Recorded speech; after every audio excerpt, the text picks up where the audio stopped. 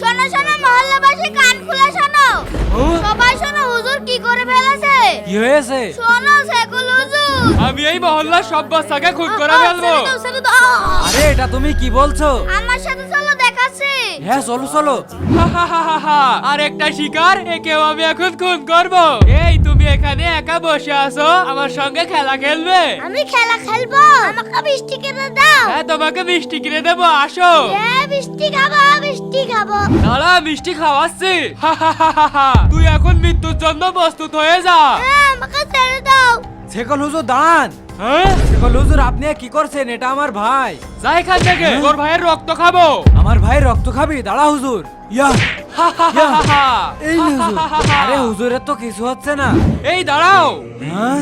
আরে দুইটা সেকুল হুজুর। আরে এটা কি হচ্ছে? ও শয়তান, আমি আসল ছেকল হুজুর। এই শয়তান, তুই আসল রূপে ফিরে আয়।